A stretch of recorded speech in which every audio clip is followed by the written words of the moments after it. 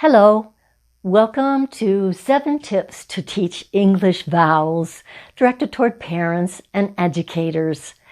I'm Judy Kalina, a retired speech pathologist and also an author and illustrator of children's educational short stories, which, little self-disclosure, I will be giving you information on where you can obtain those stories for your use at home with your children. I'm happy that you're with me today. We're going to be reviewing how to teach the English vowels to children, how to use a variety of different modalities or sensations, how to connect each vowel to a common word, how to use some hand gesture associated with each vowel, how to use music and melody to teach the vowels, how to always pair with the written letter, and how to provide different opportunities for children to see, hear, listen, and compare the vowels. So let's get started with our teaching for today. Number 1 is to connect each vowel sound to a common word. And I've developed these words along the way. So the ones that I use are the A as in apple, the E as in elephant, the I as in it, the O as in octopus. You'll see if you find my stories where that comes from. And the like in up. So that each time a child hears a sound, they'll connect it with, is that the A in apple, or is that the E in elephant? Now, as you'll see, I'm holding back from using my hands. The second tip is to use the tactile modality, to use your hands. I use the American Sign Language symbols or a modification of those hand signals for each vowel. And that is the A for apple. And you'll see that I'm using my right hand, but you're seeing it as the learner from this side. And the way I've positioned it is that this looks like the lowercase a up here. So we have A as in apple. We have E, the letter E as in elephant. And I like to point out that this looks like the elephant's little trunk raising up and down. E as in elephant. The I as in it. There's the I, and I'm dotting the I as I say it. I. And then we have the O as in octopus. And then we have the as in up. And the way I distinguish between the long and short vowels, we have the A. Okay, for the long vowel, A, I move it right across my chest. A, or A is the short A sound for A. And then we have the E, or the E. The I just bring to my chest because that's the word for I in sign language, I. And then the I, the short I. The O,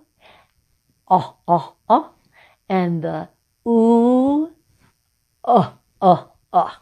And then, of course, we have sometimes the Y is a vowel, and sometimes the W is a vowel.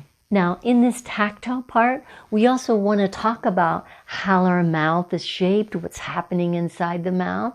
So you could see I talk about how I open wide my mouth, for the sound, The E is a little bit more closed, a little bit tighter. The I is even more closed. The O, of course, we're going to round our lips to make that O sound. And then the sound, way deep in our mouth.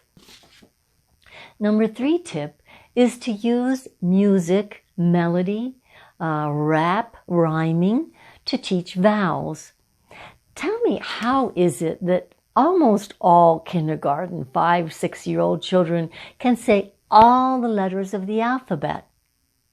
Well, actually, they're not saying them, they're singing them. A, B, C, D. And it is because music helps to enhance our memory. Music is in the back part of the brain. Verbal skills are here over your ear on the left side. Frontal is movement. So when you're singing, you're involving a different part of the brain. And for some reason, that part of the brain, when something is sung, we can remember it much easier. Let's just take a minute and have you listen to my song that I wrote for the Vowel Pals. Hi, my friends. Welcome to Miss Judy's Stories. Before we get started with today's story, let's sing our Vowel Pal song. If you know it, sing along with me. Are you ready? We're the Vowel Pals, we stick together. Oh yeah, we're the Vowel Pals, we're friends forever. I said A, E, I-O-U. I said A, E, I-O-U. I said A, E, I-O-U, and sometimes Y and W. Nice singing, everybody. Tip number 4 is to pair the spoken sound with the written letter. We're always going to be talking about letters that are the written and the sound. I like to compare letters with animals. Every animal has a name, a dog, but the dog makes different sounds, woof, woof, and roar, and depending on what your dog is wanting.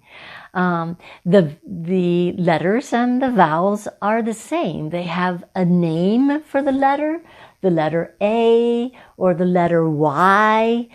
But when a Y sound occurs, we don't say Y-S, we say E-S. So the Y can have the sound E, or it can have Y, depending on where it occurs. So it's important to make that distinction with children between the name of the letter and its various sounds. Now, I'd like to take a minute to go through the rules of the vowels. In the following clip that I did for one of my children's stories, I explain the different rules when vowels are short and when vowels are long. Let's take a minute and listen to that clip now. Now, before we get started with our story, we need to talk a little bit about how do you know when a vowel will be long or when it will be short. Let's take a look at some of the rules of English vowels. Here I have the word mad, M-A-D. We have an A in the middle, but it's all alone. Usually when a vowel is all alone, it doesn't have another vowel friend near it. It cannot say its name, so it's going to be short. Here this word is add. I'm very mad at you. No, I'm not mad at you. Now, let's see what happens. If I take that same word mad, but I put an I next to the A, the I is going to give its powers to the A. The I is going to be silent, but it's going to be A sound. So this now is maid. A maid is someone who cleans your house and makes your bed. I wish I had a maid. Let's see. Now, there's another way that a vowel can be long. If there's an E at the end of the word, it's usually silent, but it gives its powers to the vowel before it. So now this is aid. I made my bed today. I hope you made your bed today.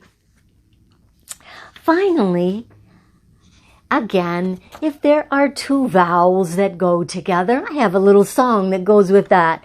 When two vowels go walking, the first one does the talking and it says its name.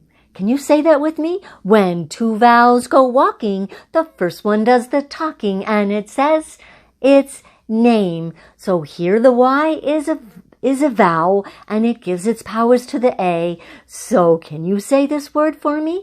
May. May. May I tell you the story now? Tip number 5 is to frequently compare similar sounding vowels.